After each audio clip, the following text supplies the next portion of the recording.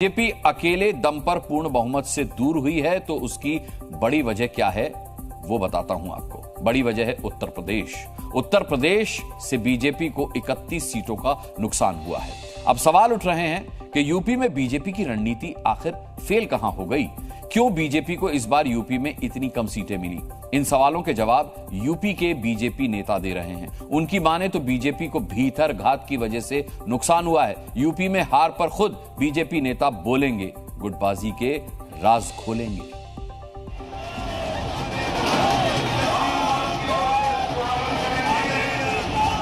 मोदी जी के मुहिम में रोड़े अटकाए हैं, उनको जरूर चिन्हित करके ऊपर बात करें। भारत माता की जय कहता, पार्टी हमारी माँ है, मन तो भाषण देता और उसी माँ को धोखा दे, तो ऐसा नहीं होना चाहिए। जो अधिकारी समाजवादी पार्टी ने बेईमानी से भर्ती हुए, उन लोगों ने लोकसभाओं को एक प्लानिंग के तहत डिस्टर्ब किया। जिस राज्य से पीएम मोदी सांसद हैं,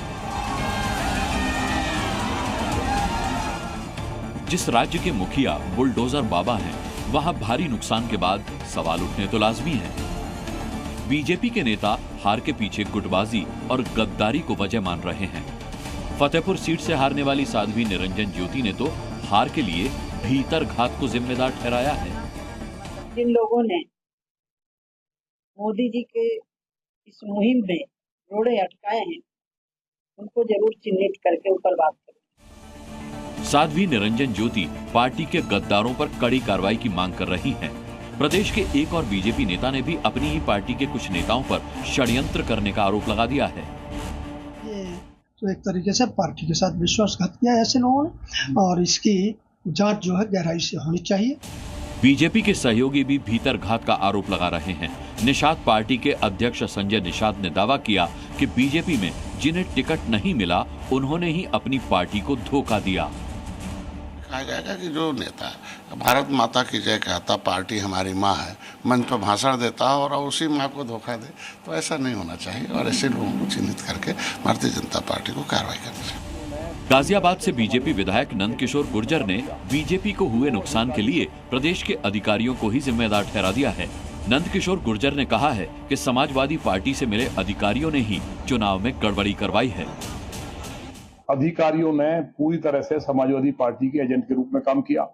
जो अधिकारी समाजवादी पार्टी ने बेईमानी से भर्ती हुए या उनके कहीं ना कहीं अपने निजी लोग थे, उन लोगों ने बड़े अधिकारियों से बहुत मोटे पैसे देकर के, क्योंकि उन्होंने लूट की थी सपा सरकार में, ऐसे की पोस्ट पे बैठे और वहां से उन लोकसभाओं को एक प्लानिंग के तहत डिस्टर्ब किया। अपने नेताओं से मिले फीडबैक के बाद अब बीजेपी खराब प्रदर्शन को लेकर रिपोर्ट तैयार कर रही है। यूपी बीजेपी भीतर घात की रिपोर्ट तैयार करेगी। इस रिपोर्ट को दिल्ली में बीजेपी आला कमान को भेजा जाएगा, जिसके बाद भीतर घात करने वाले नेताओं के खिलाफ कड़ा एक्शन लिया जाएगा। उत्तर प्रदेश में बीजेपी में सबसे बड़ी सेंध लगी है, जिसकी उम्मीद बीजेपी के किसी नेता ने नहीं की थी। जाहिर है बड़ी हार पर कार्रवाई भी बड़ी ही होगी। ब्यूरो रिपोर्ट, जी मीडिया। बीजेपी अपने सहयोगी दलों की मदद से केंद्र में सरकार तो बना रही है, लेकिन सरकार बनाने से पहले वो ये समझ लेना चाहती है कि उत्तर प्रदेश में आखिर गलती कहां हुई, चूक कहां हुई। आज का बड़ा सियासी डेवलपमेंट यह है कि उत्तर प्रदेश के मुख्यमंत्री योगी आदित्यनाथ को दिल्ली बुलाया गया है। आखिर योगी को दिल्ली बुलाने का मतलब क्या है?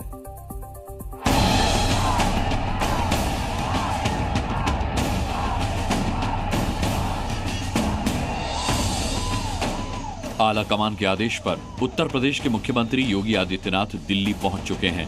योगी को दिल्ली बुलाने का मकसद 3 सवालों का जवाब तलाशना है। पहला, यूपी में 80 की 80 सीटें जीतने का संकल्प कैसे टूट गया? दूसरा, आखिर क्यों एनडीए गठबंधन इतनी सीट भी नहीं ला पाया जितनी सीटें अकेले समाजवादी पार्टी ने जीत ली? और तीसरा, उत्तर प्रदेश में अब आगे की रणनीति क्या होगी? खास बात यह है कि यूपी में हार की समीक्षा खुद प्रधानमंत्री नरेंद्र मोदी करेंगे। इस बार यूपी में मोदी योगी की जोड़ी प्रचार के दौरान खूब चली थी।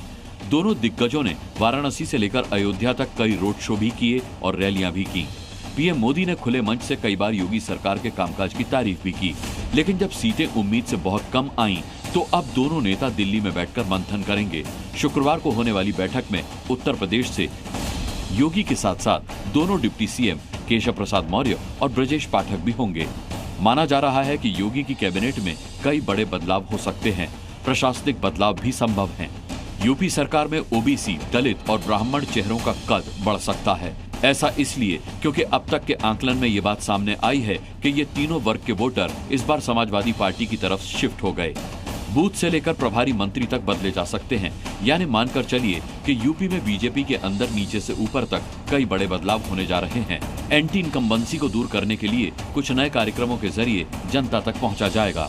पूरे चुनाव के दौरान संघ सक्रिय नहीं था, इसीलिए संघ की नाराजगी दूर करने की कोशिश होगी।